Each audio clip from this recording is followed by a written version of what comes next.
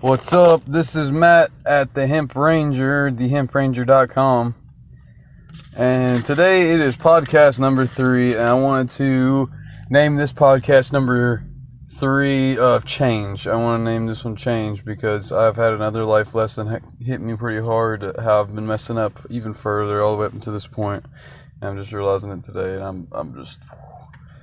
So, thank you for tuning in to this third podcast, and I want to ask for forgiveness for focusing on so much on what I dislike and what I hate, and basically just being a hater, I guess, and putting a little bit too much energy into that, because it's been attracting way more, and I've been stuck in situations, and it's easy to catch myself pointing out what I don't like, and that refers back to number 1.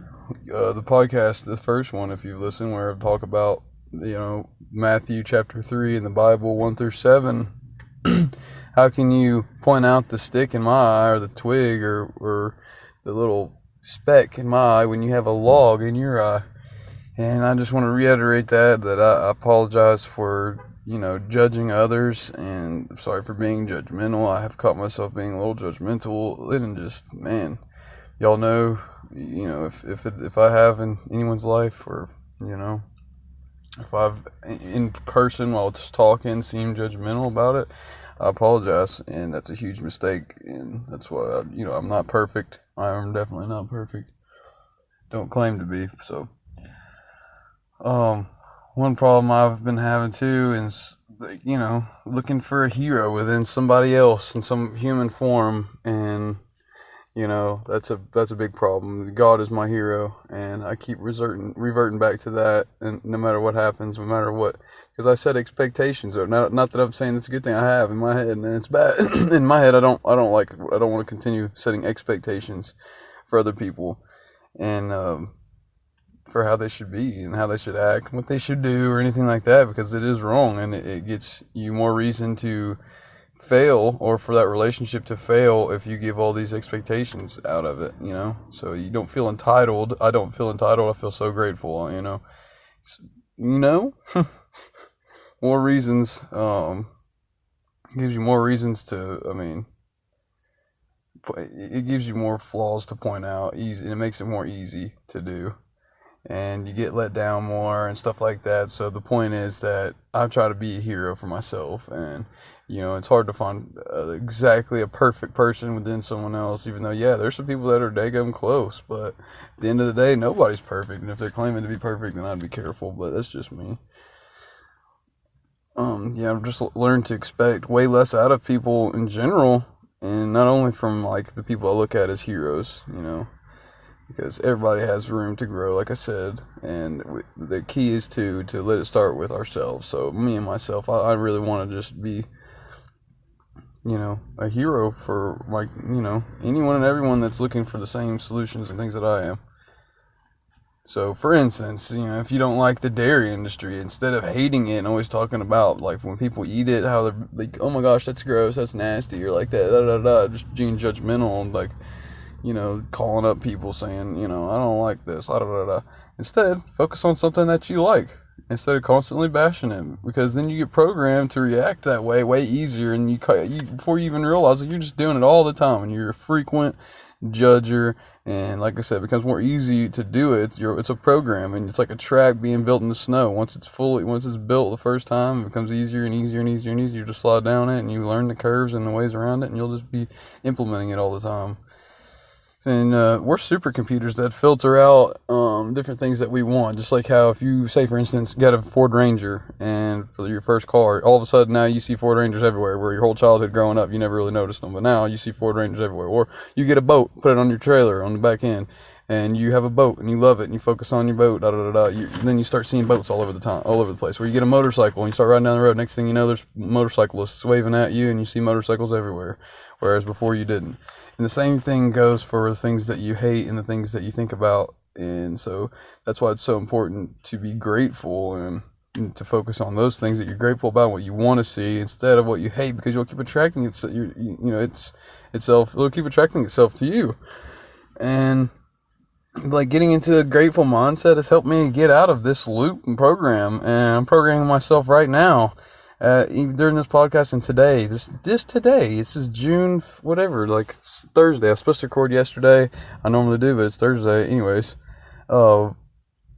it's wild. I've been pointing out things. It's just, even yesterday, I made a Facebook Live video or story, and I'm talking about probation and how I hate it and how I hate people that have to get on probation and yada yada yada, and the drug tests keeping people from getting THC in their system, and basically just hating what's going on instead of really focusing my energy on what could fix that and solve that problem.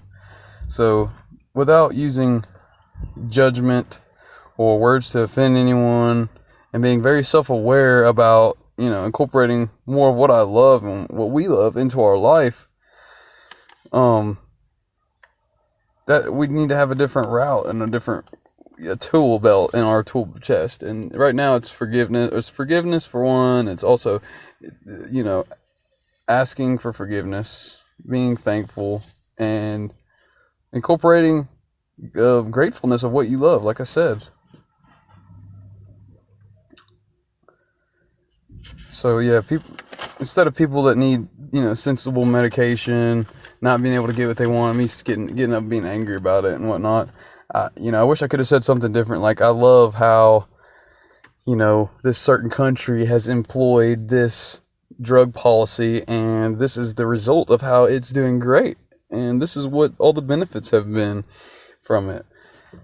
And that could go for a lot of different situations in a lot of different realms, not just drug policy. But like I said, hating the drug war is not going to make it go away, but loving the people and putting love action in behind that too, into what will actually do good, what will solve the problem, like getting together and find our local representatives and schedule a meeting with them, or organize a campaign in an efficient way to make change in the way you want it to be, and then reform the laws, reform the policies, or whatever that's keeping you back, or what you think is suppressing the people.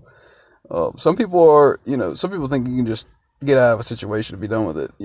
Some people are forced to be in situations that they hate, and hopefully at the time before hearing this at least, and hate is what's going on all over, and all other options seem just as bad or worse other than being in the position that people are in. So it's like they have to stay in the situation, and I guess it seems too scary to get out of it or whatever, and so they just continue just hating the situation, like, every time it comes about, like, because they have to be around it, whether it's every day or every so often. Every time they just examine their hatred of it and what they hate about it, and then they explode and take action towards that anger and say things or do things in a negative manner. And you got to change your attitude and your hate about the situation, no matter what it is. You can say I love you, but with the wrong attitude, and it can mean nothing. So that attitude is going to be so important, and a constant hate causes anger and pain. And the reason why it causes so much pain is because intense anger and rage episodes release cortisol. It's a chemical, a chemical to our body that breaks down your cells. It breaks you down. It is a detrimental chemical compound that is released when you're angry and mad.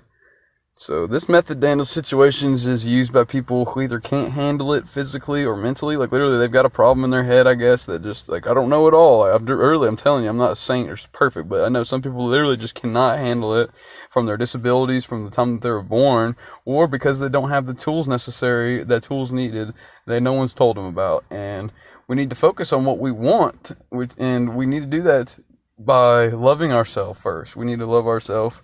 And, like, it's not selfish to love yourself. There's a fine balance between being selfless and selfish. So we need to love ourselves and giving to others. I mean, give back to others and give love to others. Love yourself, give love to others, and, be clean and protect the earth, and, change your beliefs in a good way. Like I said about the situation some people are forced to be in that they hate. Change your belief about it now. Change your attitude about the situation. Not your attitude, but your attitude about the situation. If it's not gonna change, especially if you're stuck in that situation, you see yourself being there and talking to that same person or doing that same thing 6 months from now, being in that same job, and you really ain't willing to change enough yet, at least change your attitude, because that's something you can change right now, immediately. We only have one string to play on, and that's our attitude. So change your beliefs. that's the biggest thing, because once you can say that I no longer hate this. I mean, think about whatever you hate right now in your life. Think about saying that I no longer hate this. I actually love this, and I'm going to find something about this that's going to make it okay every single day, because that's all you really could do. I mean, especially, like I said, if you're stuck there. But, you could always change your environment if you're not stuck in that situation. Some people have it like that, where they just understand that it's possible and you can do it. We're not stuck or doomed to this situation. There you go. It's great. Some people don't have the tools. Like I said, I believe one of the tools is going to be needed. Like I don't have all the answers, but it's going to be that forgiveness and changing your attitude about the situation and changing that mindset. So apologize, forgive, attitude, one string we can play on. And spirit, God, we got to connect. We've got to get together with people, other spirits, and connect. We've got friends waiting on us that are going to be so impactful and positive influence, and we're going to have such good times together, and we've got to get out there and connect with people. We cannot just be cutting ourselves off from society. We need to get out there, in my opinion, and we need to close our eyes and meditate more and focus on God and think about the spirit that exists beyond us and the unknown, the powers that be, that can help us and give us strength and give us education spiritually by just closing our eyes and asking for it and wishing for it and hoping for it. But yes, it takes action. I'm not saying it's just going to plop in your lap. You have to take immediate action, but that can also give you great ideas. Splurging moments or miracles can happen. I'm telling you, if you can focus on what you want more and connecting with God and also connecting with those people in your life that you know are the right ones. You feel it. Every time you've talked to them or met them, some great things have come about. Well, continue those. Connect. Close your eyes in the spirit and ask God to give you the answer. Whatever God is to you, the spirit, the big power that you can feel when you close your eyes and you breathe deep. So let's meditate right now. Let's close our eyes and take a deep breath. Sit upright, get your posture straight. Poke your chest out. Breathe in through your nose deep and let it do a circular motion as it gets into your stomach. As big as you can, and exhale.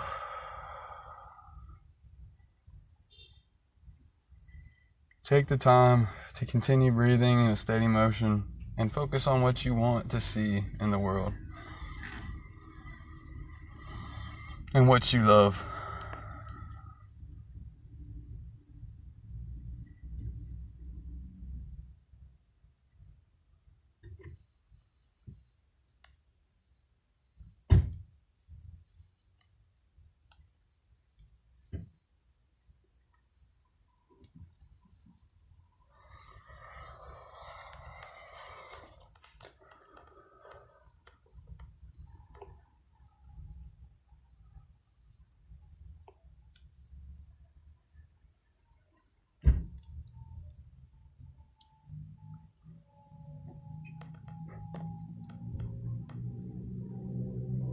If while you were focusing on what you love, you didn't jot yourself across your mind, you need to do that too.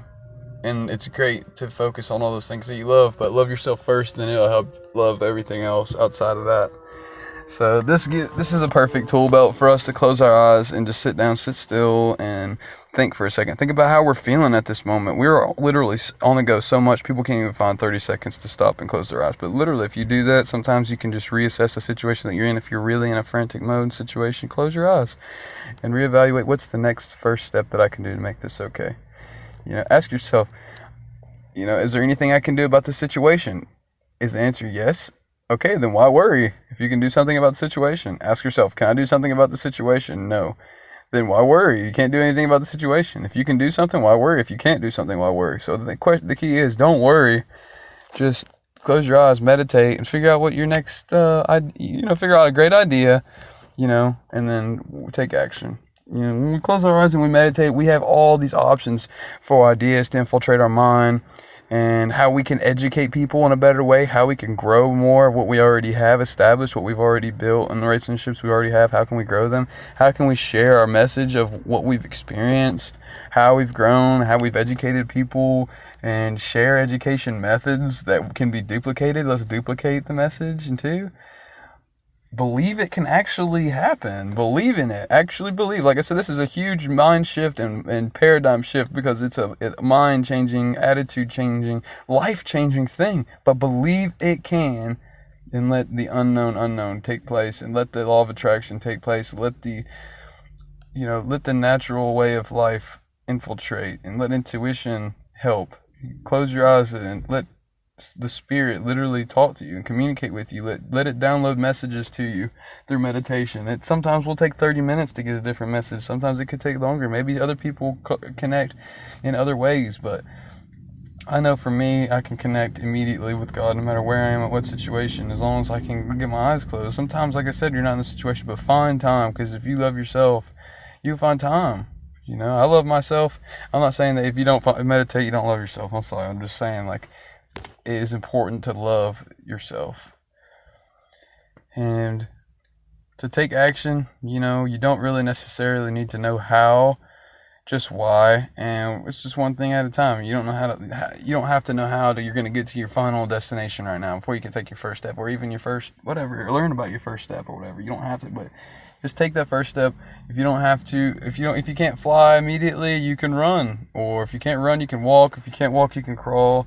But take action, and just take it one thing at a time. Ask yourself why, and for enjoying yourself and eating, like, metaphorically speaking, they say that the leaders eat last and get work done and then kick back and relax. So if the world isn't exactly how you like it, it's time to act until it's time to quote unquote eat. So love yourself, help others love themselves, help others love. That's a huge thing. We got to duplicate this. The worst crime I personally have ever committed is feeling responsible for making someone not love themselves. And if they've told me that, it's just broken my heart. And two things to take away is be very self-aware of how your words or actions can affect someone. And don't let other people steal your peace. No matter what someone says, you can still love yourself. And that is vital to helping others. Loving ourselves and how to do that the best is what I'm striving for. So for me, this looks like, vegan, meditation, hemp, positivity, gratefulness, connecting with God and other people that are like-minded. And that's just me. That's how I connect with it. And like I said, I forgive anyone and everybody for the bad things that they've done.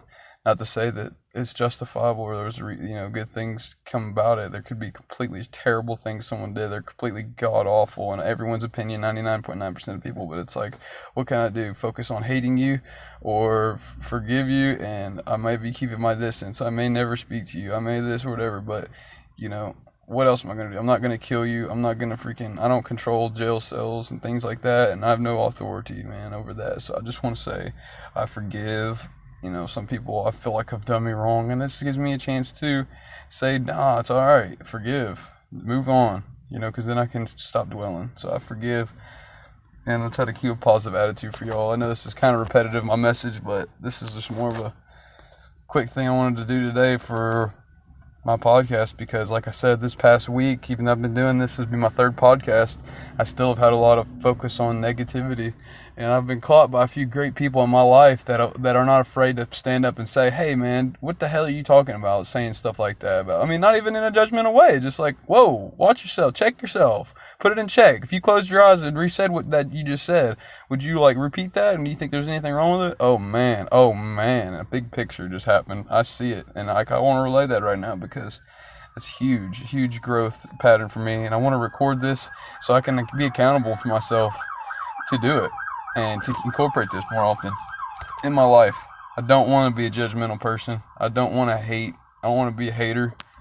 I want to love and appreciate. I want to love myself, and I do love myself. And I don't, expect other people to do crazy things for me. And, I've looked at other people be my hero and expected certain things. And all it does is bring pain to myself, and it hurts other people's feelings if they see that too, So be your own hero. Be the light in the dark. Focus on the things you love, man. Change. Let's change together. Call me. Let's change together. Let's go hang out. Let's do something. If you're listening to this podcast, I appreciate that so much, dude. That's freaking amazing. Hopefully this can be spread around and be a good little message. But I love you. I appreciate it. God bless America. TheHempRanger.com. If you want a little bit more content, I'll have this posted on TheHempRanger.com. In case it, for some reason, that disappears on other platforms, at least I'll still have it. So, thank you again. Bye.